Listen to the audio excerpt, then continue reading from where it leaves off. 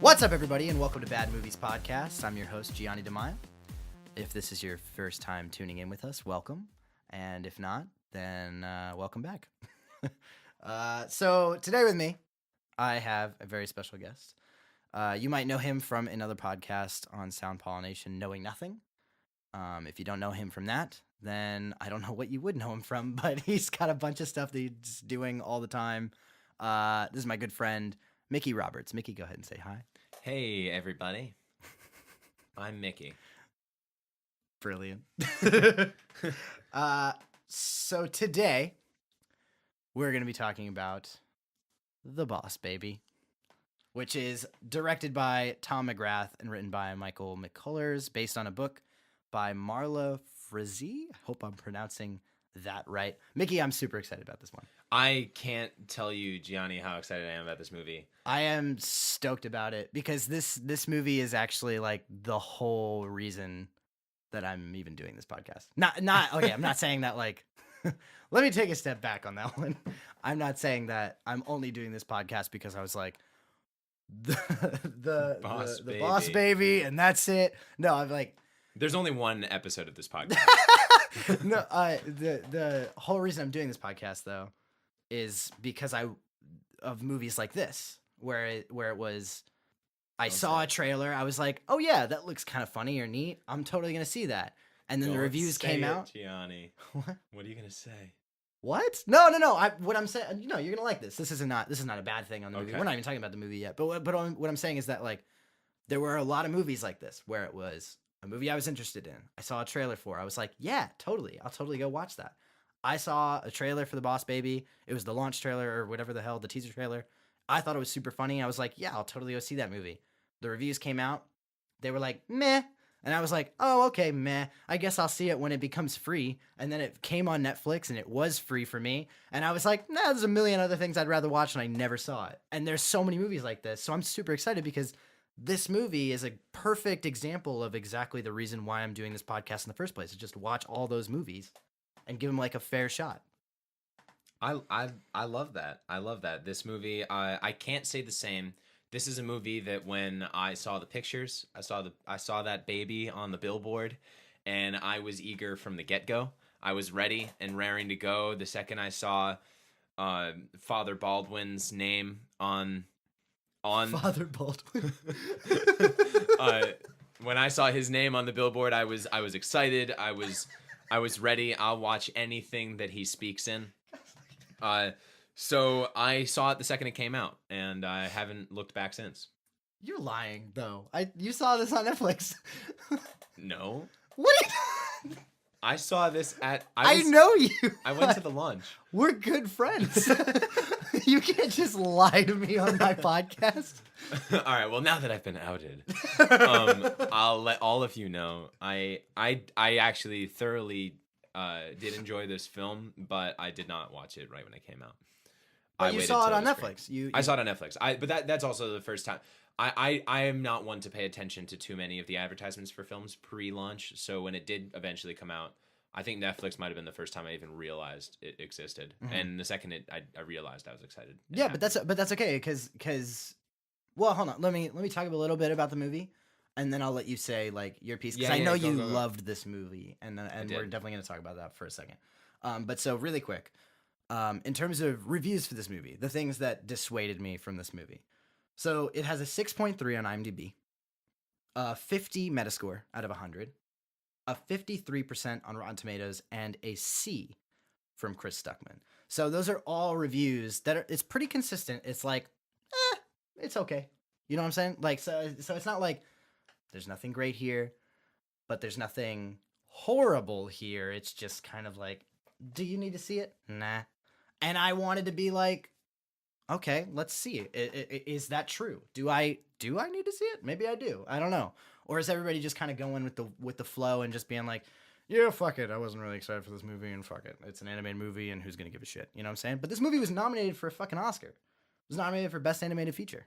Yep, it was, and it deserved to be. Okay, perfect segue though. So then tell me what you said to me after you first saw it, because you were very adamant that I watch it immediately. I have a few things about this movie that everyone can agree is wait, awesome. Wait.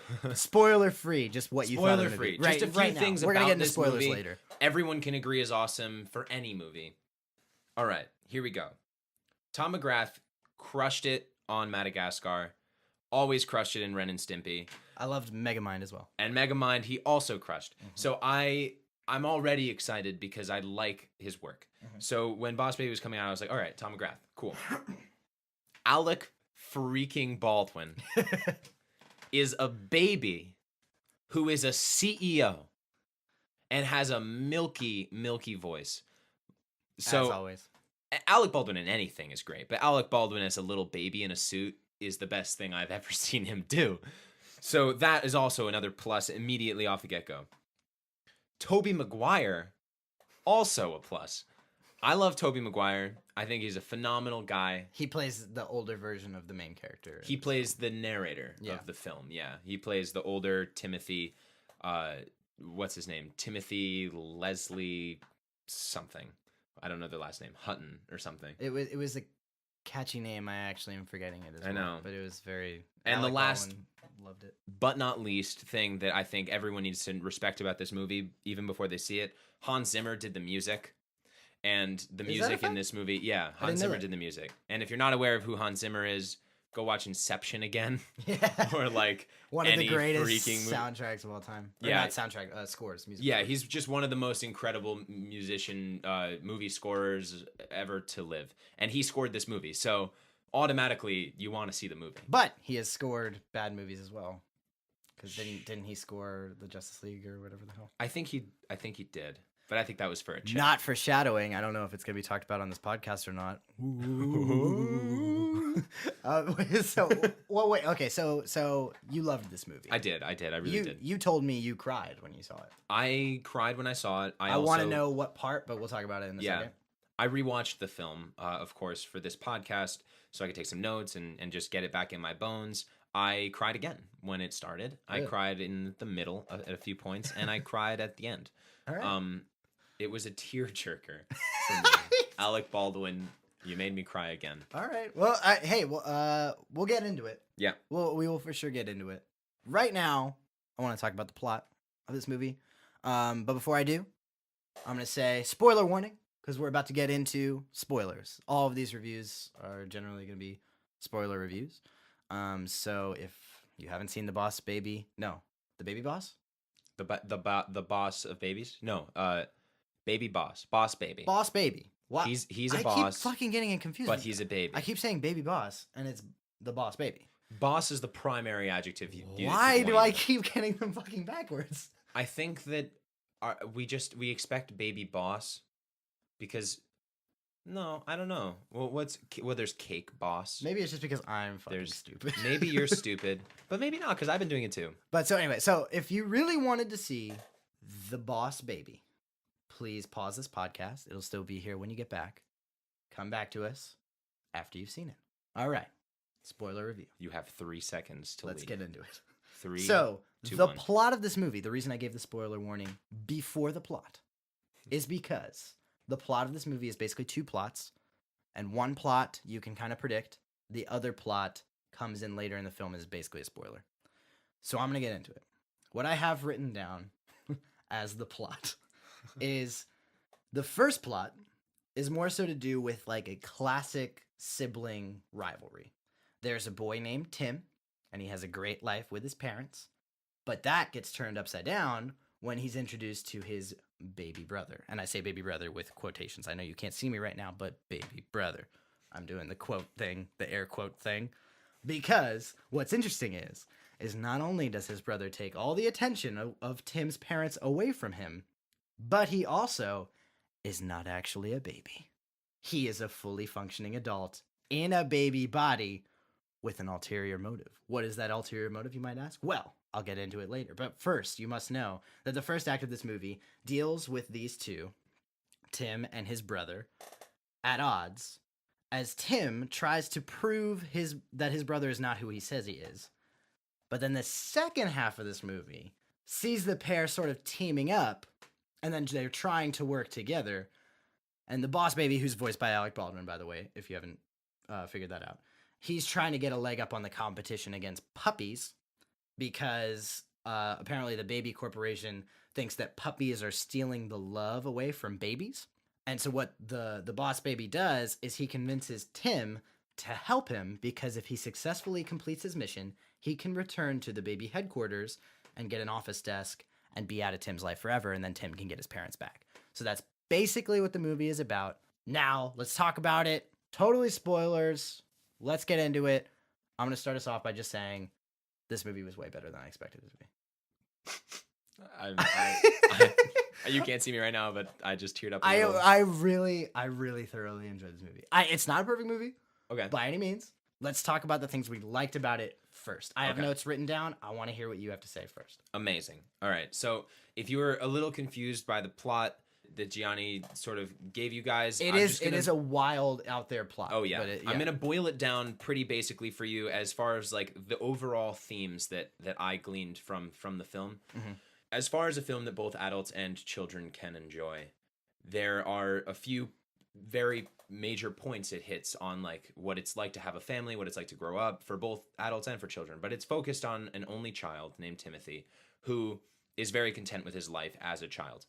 Now, there's a very, the question that all kids will eventually have answered by their parents is, where do babies come from? This story in this film has very cleverly created this amazing answer to this question, which is that babies are made in what is essentially a baby factory in the sky. It's kind of like up in heaven. Take the stork idea, but turn it into this sort of technologically advanced system where babies are being manufactured in the sky. Yeah, it's the stork idea, but take out the idea of the storks because they saved that for another animated movie. Exactly. And Baby Corp is run by babies, and babies are either sent to Earth to families to grow up as a sibling, or they're sent to management at Baby Corp where they run Baby Corp. Right. Or are they? But we'll talk about that. Or are they? Mm-hmm. Truth. Right off the get-go, the things that I just loved about this movie is the opening sequence of this movie is really funny. Amazing. It is really funny. It's amazing. The music is great. The cinematography is so clever, so fun, so smart, and everything about it is exciting. It opens up with narration and turns into this. Well, you can explain it if you want. All of that I was gonna add was the movie opens up with narration, and it's like Tim, and like you see that Tim has a very hyperactive imagination, and he likes to go on these adventures in his mind, and his parents sometimes join him in that stuff. And the way the movie interprets that is very, very cool. Yeah. And we'll talk about that a lot, I think. Oh, okay. Yeah. I just wanted to say something really quick about that. Yeah. My favorite thing about that is that when I look at movies like this, what's so important is how they interpret visually very, very relatable sentimental experiences that people have as children, and the way that they visually represent playing as a little kid is just so accurate. And like it's one of the things that brought tears to my eyes in this movie is watching this little kid play with his toys, because it's exactly how I used to play with mine. Yeah, totally. Yeah, it really makes you yearn for that sense of imagination, and it is totally. It's one of the things I have written here as like one of the cooler things the movie does. I also think it's where the movie goes wrong, because I also have it written in the negatives, but we'll talk about that when we get to it. But for right now, like, yes, the imagination aspect of this film, the way it hits on it, the way the sort of like retro vibe it gives to each of those sequences, with the color palette being like super vibrant, I think is really cool. Also in the opening, it shows the baby factory and like the babies sort of being made, which I also thought was very funny and fun. There's one weird joke in there that involves like sticking a binky into a baby's ass that I think maybe goes a little weird, a little left for me. But other than that, I thought it was a very cool sequence, very fun, very innovative, very different. So in general, I think one of my biggest positives of this movie is, for me, the comedy really works. I think this movie is really, really funny. Now, that might not be for everybody. And I do think that there was a few times where it was like there's a few too many gags that are at the expense of just looking at a baby naked or whatever the fuck, and and there's like farts and whatever there's just weird like.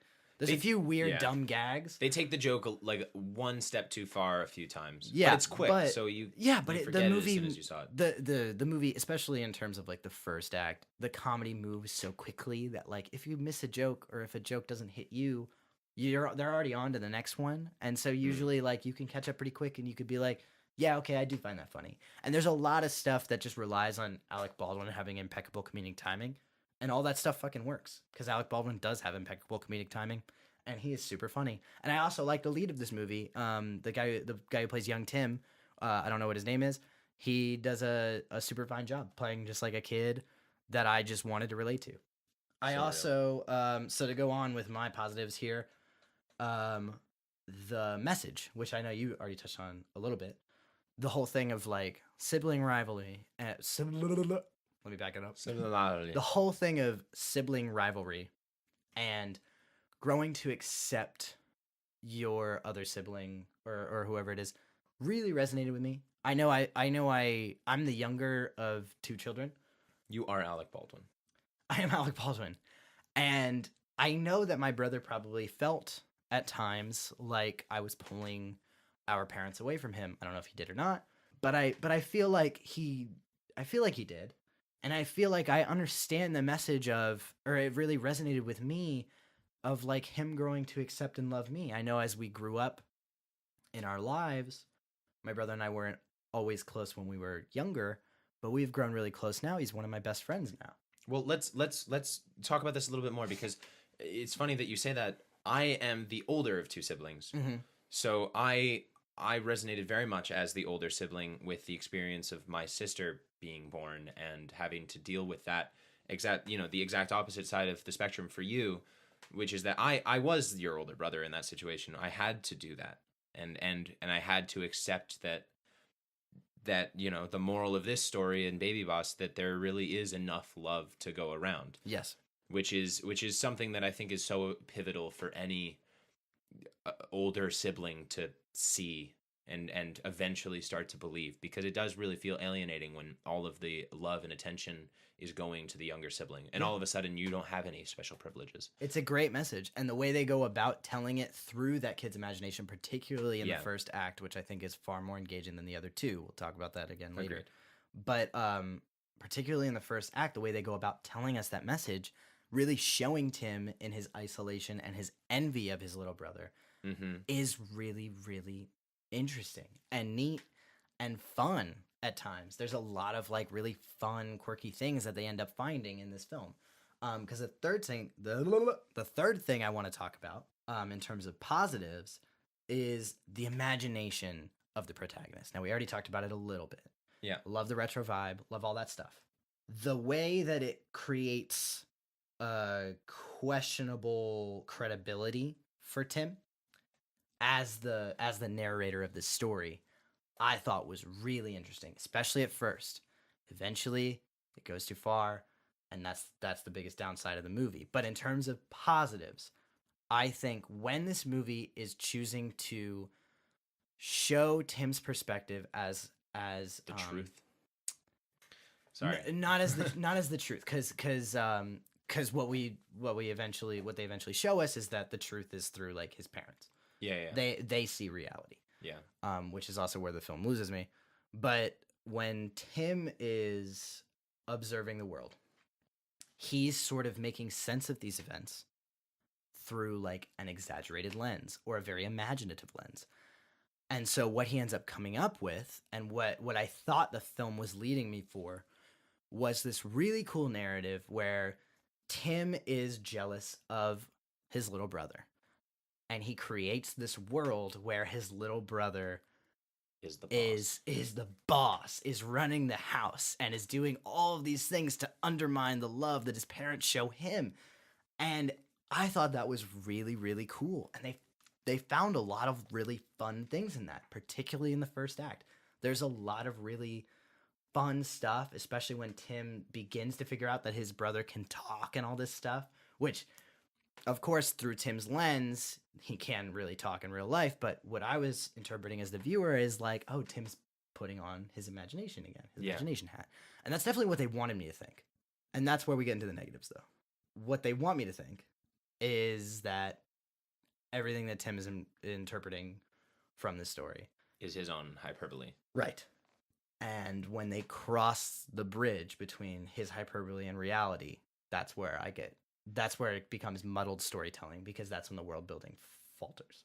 So before we get into the details of that, I just want to give everyone a preface. I totally acknowledge that same hurdle in it, and I think it really happens at that first moment when Tim acknowledges to his parents that his baby brother is wearing a suit and that he has a briefcase, and they fully accept that reality, and then it slowly just melds from there, where the adults totally see and agree with the reality that Tim is viewing, and I accept it. I accept it because I think that what it is the entire story to me is told by Tim's perspective. Mm-hmm. Where, I mean, at the end, which maybe we'll get to later, the very, very end of the movie is representative of the fact that the entire story is being told in real time by this narrator.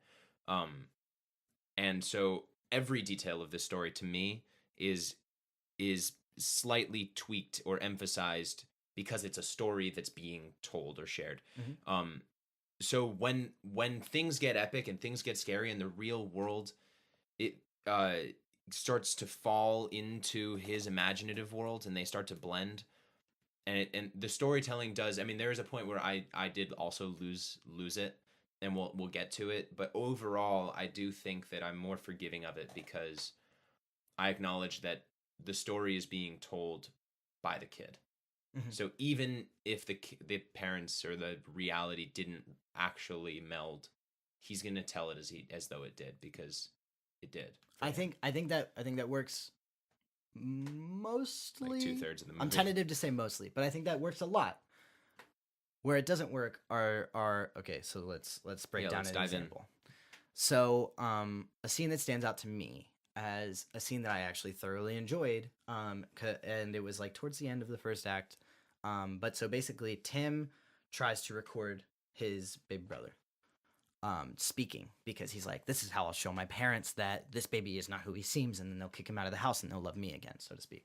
So he tries to record him. He gets the voice recording. He has the tape. And then what ends up happening is when he's trying to give his tape to his parents to show them that his brother's a fraud, and you might have seen this if you've seen the trailers, you've seen like some of these parts, but they end up coming to like this sort of action brawl outside in the backyard of their house. And there's this whole sequence where Tim's trying to like get the tape to his parents. He's trying to get back inside the house, and the baby boss is in his way with all of his other like baby companions, and they're all like doing things to thwart Tim's plans.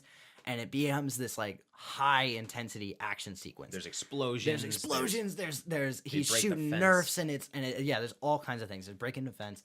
And then it culminates to this moment where like Tim's grabbing onto the back of his brother's car, and he's like getting dragged through the dirt, and they're like, it looks like they're going super fast. But then it cuts to the POV of the parents inside the house, and they're looking outside the house, and it's the baby pedaling on this stupid little bike car, and they're going like maybe 1 mile per hour, and Tim's just holding onto the back of it, just with like his face down, and they're just going, and the parents are like, oh, look, so cute, they're getting along.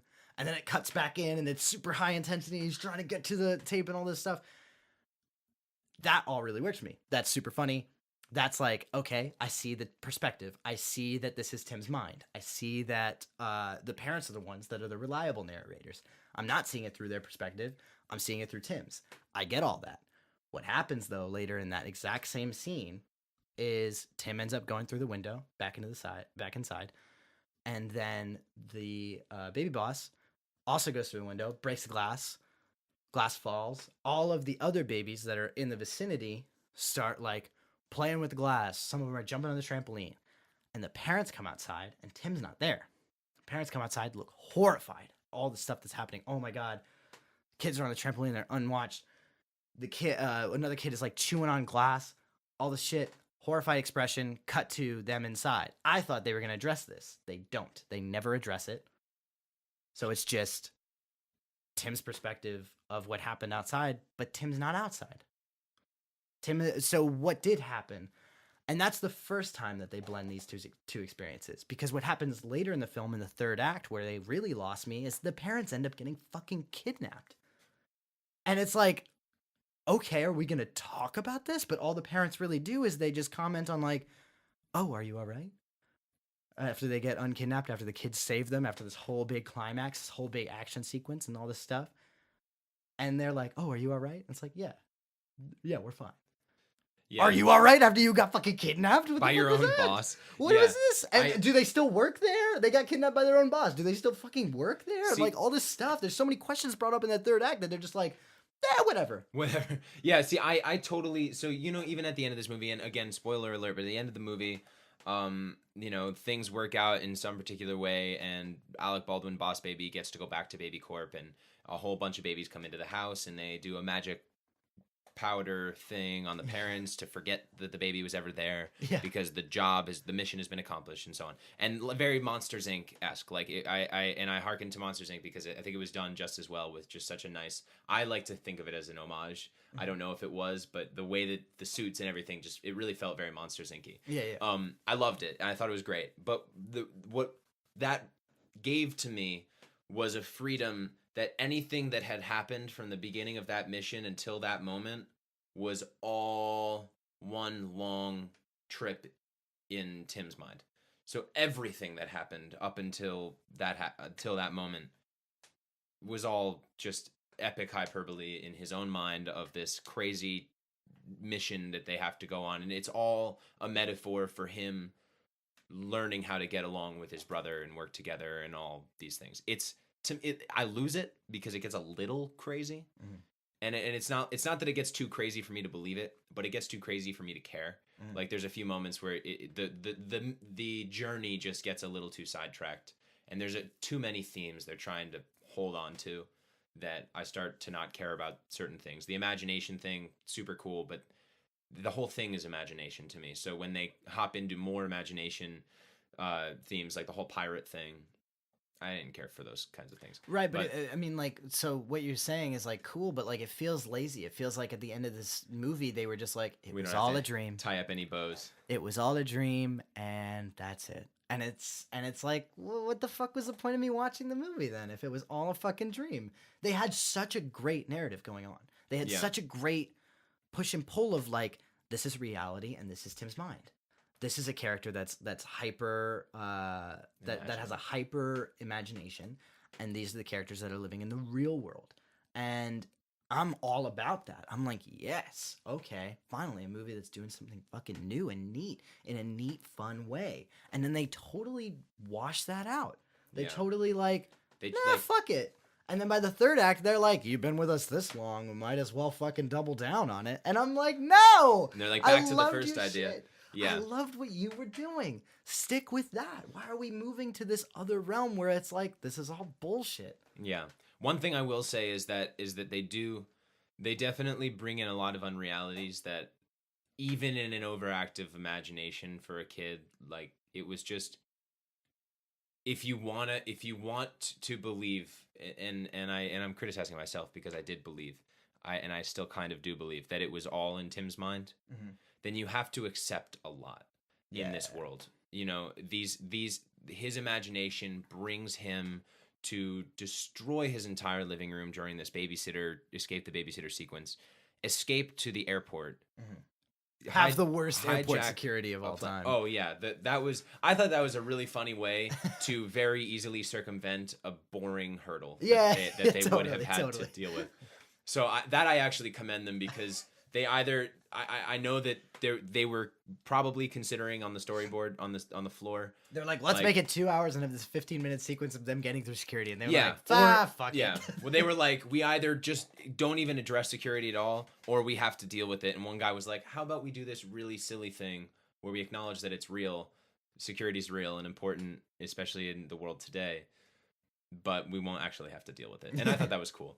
But Yeah, overall, I do think that there are some things. There's this whole Elvis thing that was funny, and they threw in a lot of funny jokes. It was very 30 Rocky. It was like a lot of funny jokes, but only 40% of them progressed the story, and on the others were just really for laughs, relatable humor. That's a great way to describe it, actually. It's like 30. It did feel very 30 Rock. It felt very like hyper imaginative world that we're living in, and I'm all about that shit. But then like you just throw a baby into the mix, a talking baby, and it's like, okay, but now I got some hurdles to jump through in order to be on board with this, and I am on board with it. I'm on board with it for a lot of the film. That's why it makes me so fucking disappointed. Were you wholly like disappointed by the end of it, or were you really? Just... I was. I really was. I was like, because all I was thinking about was like, man, all they needed was one person to pass through this script and just be like, okay, let's narrow down the moments. Let's narrow down where we are, like, or how do we specify that this is imagination and this is real life? How do we keep doing that? How do we keep raising that as like the juxtaposition? Because I really feel like if they had that all the way through, because everything else in this movie works. The voice acting is all really good. I don't think there was a single performer that was off. No, yeah, I was really in love and enraptured by everybody's. The animation is all solid. I mean, if you've seen How to Train Your Dragon, like, oh yeah, DreamWorks, like DreamWorks Animation knows what they're doing. Like they have it on lock here. It's just, I was disappointed. I was disappointed by the end of it because I wanted so much more from it. I do feel like now thinking about it more, and I can't say, G, that I wasn't disappointed at the end of the movie. I really do think that the final, I wouldn't call it, maybe you'd call it the final act. I don't know if really where the third like the act real resolution but of it. The resolution of the film really did tie it in a bow for me, where it made it all okay because of how sentimental and emotional it made me feel. It is a nice moment. It is a nice moment of like, and it goes back to that, like what we were talking about before with like that theme. That theme really works for both of us. Yeah. And I'm not saying that like you have to have a sibling in order for that theme to work. I think anybody can relate to this. Just family as a whole, or friendship, or family, and like accepting that love can be spread to more than one person. I think it's like a really cool, wholesome theme for like a family animated movie. Yeah. I just think that like this movie thought it couldn't be on the level of something like The Incredibles, and it could be. Yeah, and I don't know what their deadlines were. I don't know what their plan was, but what it really does feel like is going out into the middle of America. There's a fairly populated town that's got a Starbucks, and then there's another fairly populated town that's got a Starbucks at the end of the movie, and in the middle of it, it's just like a strip of highway, and they didn't really manicure any of the details because they felt like the two the beginning and the destination were enough. It does feel a little like the middle, they didn't feel the need to explain enough. Yeah. There's a couple other negative points I just wanted to touch upon really quickly, because that was the main one. That's definitely like the big one. I can agree with you on that one. I definitely feel that. These other ones are much smaller, but they do just deserve to be mentioned just because of like these all took away for me. And it like one of them is occasionally this movie feels colorful for the sake of having color. Yeah. I think the animation's really cool. I already talked about how I really love the retro vibe of the imagination sequences. I think that sometimes they go a little too far. You were talking yourself about that pirate thing. It's just when they're well placed, they're great. Exactly. And I think that the pirate one is like a little like, and also that one fucks with the pacing a little bit. It didn't forward the plot. No. It didn't. I already understood that Alec Baldwin's character strives to have a family. Yeah. And to feel what it's like to have a family. And we already know that imagination is a very important through line for being a real boy and being a child. When Timothy starts to shove that down your throat by teaching Alec Baldwin's character to have imagination, it felt redundant and it felt unnecessary for the storyline. It had one funny moment in it, but one funny moment is not enough for a sequence that's like, what, 6 minutes long? Yeah, it's quite... And then it comes back a second time during one of the most important, like, epic, the battle with the antagonist. it comes back, this whole pirate thing that was just unnecessary. Yeah, It silly. was silly. The R thing. Yeah, the R, that I liked it. I didn't love it. It wasn't the best fine. joke in the movie. Yeah, but, no, because yeah. the one funny part of that scene when he is teaching him like how to have an imagination is he's like, all right, just like tell the pirate what you want to tell him. He's like, all right, so you went to community college, huh? I don't know what I'm saying. And I was like, yes, that's awesome. Like, that's hilarious. Yeah. Like, and especially coming out of Alec Baldwin's mouth, it's even funnier. Like, Yeah. he has so many moments like that where it's like, oh yeah, that is funny. Like, that For is just sure. genuinely funny. I was laughing a lot in this movie. Right?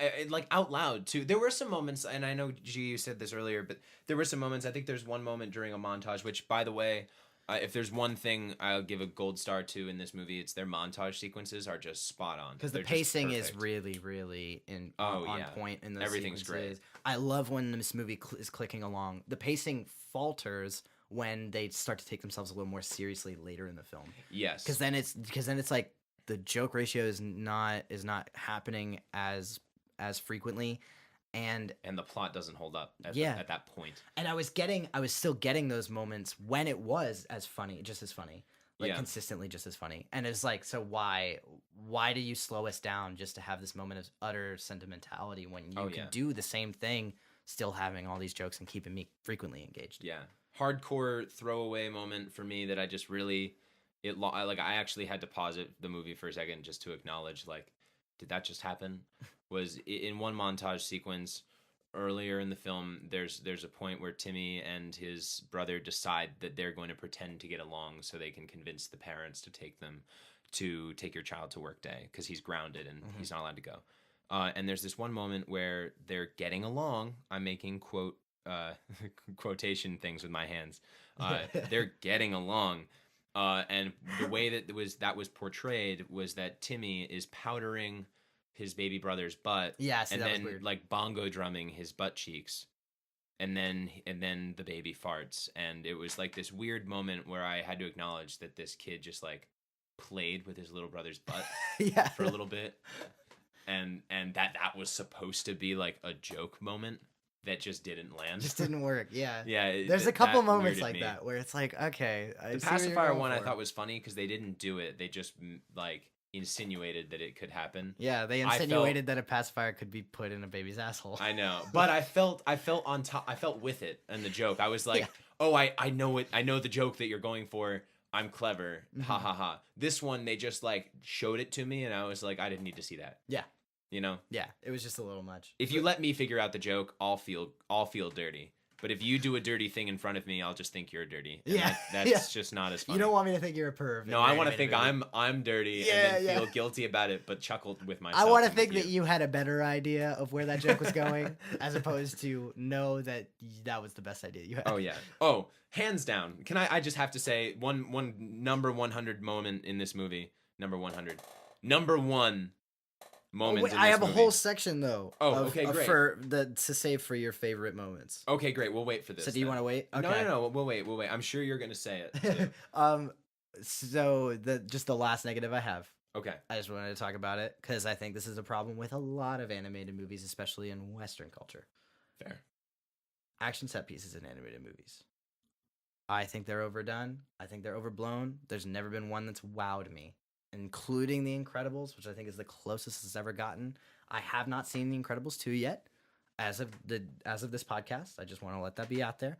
I love The Incredibles. I think it's an amazing movie. I think the first act of that movie is far superior to the later acts because I think as soon as it starts getting heavy on the action set pieces, it starts to weigh on me a little bit. It's hard for me to be engaged in an action sequence that's animated because I don't feel the stakes are there.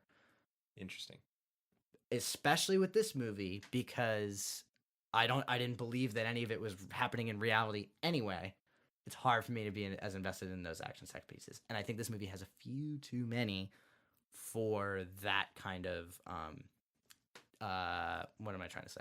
I guess gravity. It pulls me out of it too much when I'm looking at like this movie's like what, an hour 40, and I'm watching like 20-25 minutes worth of action sequences that I don't feel any stakes in. I think that's a little too much, don't you? That's real. I definitely think that there are points earlier in the storyline that with the I mean like that minor, and I don't know if you'd count this as part of what you're talking about, but that minor action sequence where he is trying to get the tape from his little brother and so on, we described it earlier, that blew my mind. I loved all of that. When it's done with character, I'm all about it. Look at a film like Princess Mononoke, one of my favorite films of all time. That movie is littered with action sequences, and they're all either for character or to further plot in a unique and interesting way, and they're all beautifully animated, and it totally works with what that film is trying to convey. There's no dead moment. There's not a single moment where you're like, man, I wish I was seeing more of this character or whatever. Yeah. Well, it's like I don't care that you are hopping a train on your bicycle if it's because you're learning how to ride without training wheels. Yes. I love that. That's great. Yes. I do care if you're saving your kidnapped parents from underneath a rocket ship full of puppies when I already don't care about your parents. Like, I don't care what happens to them at this stake, because that's not what you have been pushing me to care about the whole movie. Exactly. So then I get tired. That whole sequence toward the end of the film, that makes me want to check my phone. Yeah. Yeah, that makes me want to check my phone, exactly. And when it gets back to the storyline of the antagonist and him falling into the formula and all these things, I'm back in it again because it's story prompted. Or even actually, what I think is the best moment of that sequence is when he sings Blackbird to his brother. So that was one of my top 100 moments. That was a really sweet, sincere moment that really, like, it went full circle. If you haven't seen the movie, I can only assume that you must be like, what the fuck are they talking about at this point? But, like, the climax of the movie does involve a rocket ship full of puppies. It does involve the parents being kidnapped. It does involve someone falling into a vat of baby milk, I guess. Well, like, yeah, like that baby formula that makes you never age. Forever. And it does involve a kid singing like Tuck Blackbird but... to it's like Tuck Everlasting. but it does involve a kid singing Blackbird to his little brother. And at that moment, that sold me, because that was a theme that they had been tethering on the entire length of the movie. And I wasn't really about it until that moment, and then I was like, oh yeah, it really did come full circle. I really like that. Yeah, a shout out to the director and to Hans Zimmer, whom both of whom I'm sure had something to do with that decision. But Beatles' Blackbird, best decision in that movie. Yeah, to great. Use that song again. This movie is wrought with sentimental journey for people of our age, people of older ages, even more so, I'm sure. Where, I mean, that song is, for that song to be the pinnacle of your childhood relationship with your parents was a genius idea. So I just want to throw that out there, as for anything that this movie got wrong, that's something it very much got right. Yeah. All right. So now would be a good opportunity. Speed round. Speed round. Speed round. Mickey, I want to hear your top 3 favorite quotes or moments from this movie. Go. Oh gosh, top 3 favorite quotes. All right. Well, my number one favorite moment of this is the Glengarry Glen Ross joke that they do, where Alec Baldwin turns immediately to one of the other characters in the movie and says, "Put that cookie down." Cookies are for closers. Are for closers. Yeah. That I had to pause just to laugh. That was one of the greatest moments ever. You know, they don't take themselves too seriously. Alec Baldwin is Alec Baldwin. I'm pissed that it was in one of the trailers, but I still laughed. Yep, still laughed. Yeah. Another one of my number one favorite moments is when, again with the hyperactive imagination, Time Out is literally prison. Yeah. That was so brilliant. Really great. He was like, the first time I did time. And it's like he's in the actual jail. Yeah, and he's marking the walls with the minutes, but it feels like, and then another one of my number one biggest favorite moments is when he's reading Hansel and Gretel to his little brother. That was so funny. And he's telling them how the witch eats them and burns them to death, and that's how the story ends. And he's like, so this children's story is really about about cannibalism and 2 kids getting boiled alive. Yeah. And he's like, yeah. And he's like, no wonder kids are so messed up. That made me cackle harder than anything. So really, that's mine. Funny. Yours? Oh, me. Oh yeah, I want yours. Okay, there was. I love a good wordplay. There was one that was like, Alec Baldwin says it was like, put the baby business out of business, baby. And I was like, what? I was like, that's just funny. It was a good one. I loved You could actually find this in one of the trailers, but I was actually like cackling out loud when there's a moment where Alec Baldwin has to dress up as a dog, and then he gets his butt sniffed by a real dog, and the sound that comes out of Alec Baldwin's mouth is absolutely priceless. Can we get a we get a that was like my best. It was so fucking funny though. There's one other one. Hold on. All right. While you're there looking for it, I have one. I know what it was. Okay, yeah, go. I don't remember where this moment happened, but I remember writing it down because I actually laughed. Was Alec Baldwin's like having hyper anxiety about something? He's like talking, and then all of a sudden the baby just is like, and then he wakes up and he's like, stress nap. Sorry, and I was like, what the. Yeah, the naps, and that's a funny joke that they hit many times. Yeah. Victory naps. There's so many funny things. Happy nap or whatever. One moment that I absolutely loved, and it's early on in the movie. It's when Timothy discovers that his little brother can speak, and it's just the smoothest sequence of Boss Baby being Boss Baby. It's the first time you really get to see him be Boss Baby, and it's just Alec Baldwin owning the room while his little brother's not understanding what is going on in his life anymore because his baby brother's talking. Mm-hmm. And he's walking around, he's got his safe, he's got his baby bottle, he's shaking it with a martini shaker. He's doing all this crazy stuff, he's flipping it around, he's putting it's one of the most priceless moments of the movie. It's great because it felt like Alec Baldwin was actually doing it. Yeah, it really there's moments in this movie where you really see Alec Baldwin like just being this character. Yeah. And it's funny. And then I was in love with just minor touches about this movie. The detail really counts. There's, when they first introduced Baby Corp, mm-hmm. and all these babies are sitting at their desks in their little cubicles.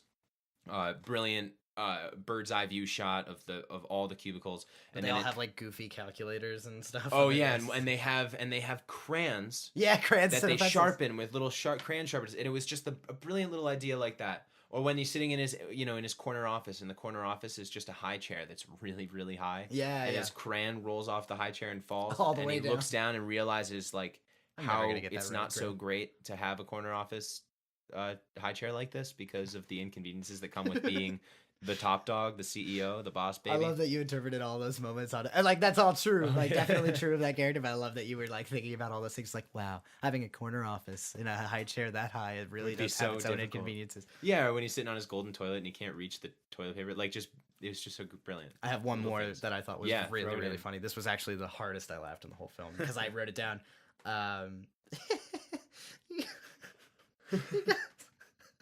I'm sorry, this is really funny. Alec Baldwin's like having a meeting with all of the other babies, and one of the babies is named Jimbo, I guess.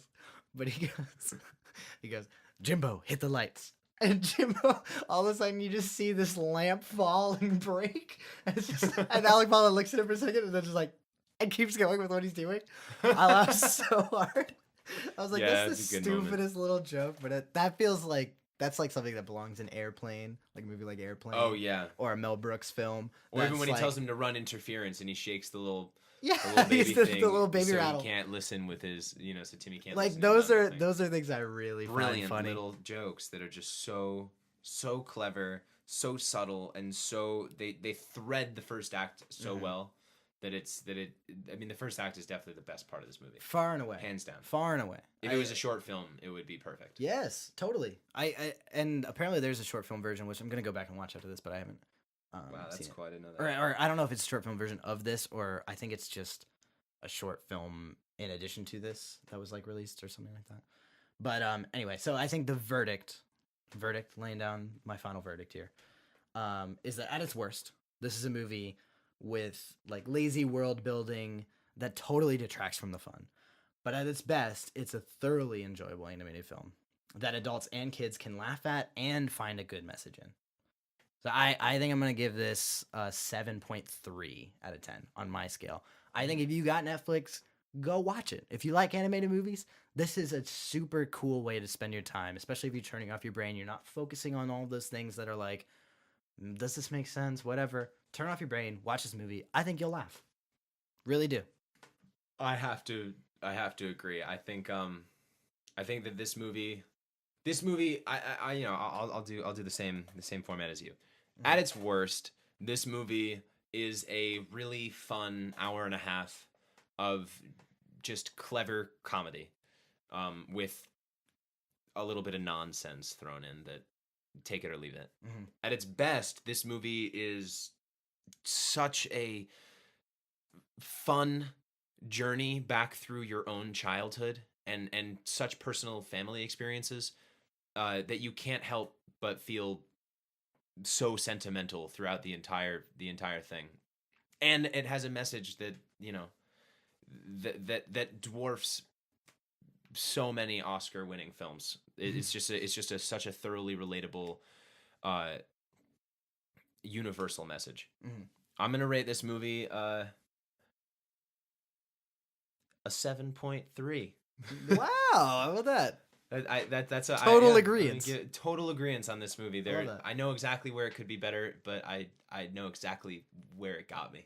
Yeah, cool. All right, well, thank you so much, Mickey Roberts, for being on this podcast today. Yeah, thank you for bringing me through a sentimental journey. No, this was great. Is there anything you want to plug? Like Twitter wise or Instagram wise or whatever the hell? Oh, well, just for fun. Yeah, if you liked my nonsense, I have a hell of a lot more of it on another podcast on the same channel called Knowing Nothing. It's more of a science oriented podcast, but it's all centered around learning a whole lot of information about things that might not be so pivotal for you to know in your life, but will definitely be great pickup lines at a cocktail party. Where can they find that podcast? Oh, well, yeah, they can find that podcast on Sound Pollination's website. Boom! Sound Pollination. Soon to be Apple Music and wherever you get your podcasts. It'll be everywhere all the time. Yeah, as of recording this podcast, we haven't actually launched our Apple Music or anything like that, but you're going to be able to find all that stuff. There will probably be like a little tag onto the end of this from one of our voices at Sound Pollination saying where you can find us, because by the time it's released, you'll hear all that stuff. You could also, if you like this podcast in particular, you can go right now and follow Bad Movies Podcast on Twitter. We're going to post all of our stuff to there, as well as Sound Pollination on Twitter. So that's at Bad Movies Cast on Twitter, .com. And if you like Mickey, you can just follow him. Yeah, you can follow me, Mickey Roberts, just one word, all lowercase, on Instagram. That's just going to be a whole lot of me. He also does doodles. I am an avid doodler. So if you like silly doodles, you can also follow Mickey Roberts Art, all lowercase, all one word. Mickey Roberts Art. Mickey like the mouse, spelling wise. Mickey like the fucking mouse. Mickey like the motherfucking mouse. Mickey, thank you again so much. Gianni, thank you. It's always a pleasure. It's always a privilege. All right, and this was a pleasure talking to all of you fine listeners on whatever device you're finding this on. Thank you so much for tuning into Bad Movies Podcast. We will see you again next time. Thank you.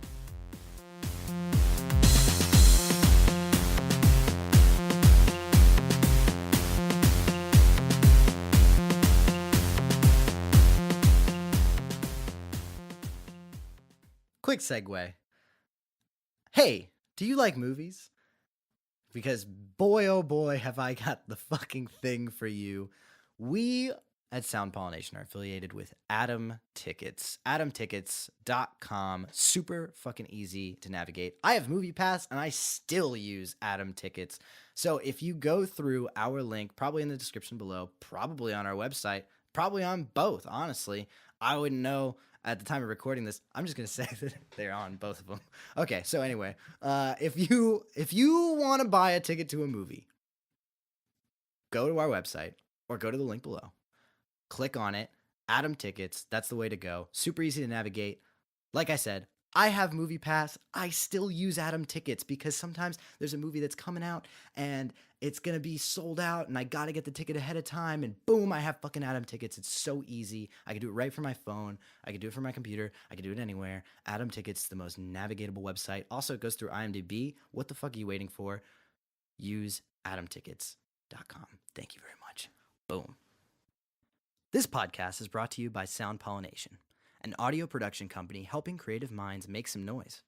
If you enjoyed this podcast, you can find more episodes and other programs on our website, www.soundpollination.com. If you feel so compelled by our content that you just want to throw your money at us, don't fear. Please visit our Patreon page and make a donation that you deem appropriate. Your donations are what make this project possible and keep the cameras, mics, and lights on. Thank you for your support.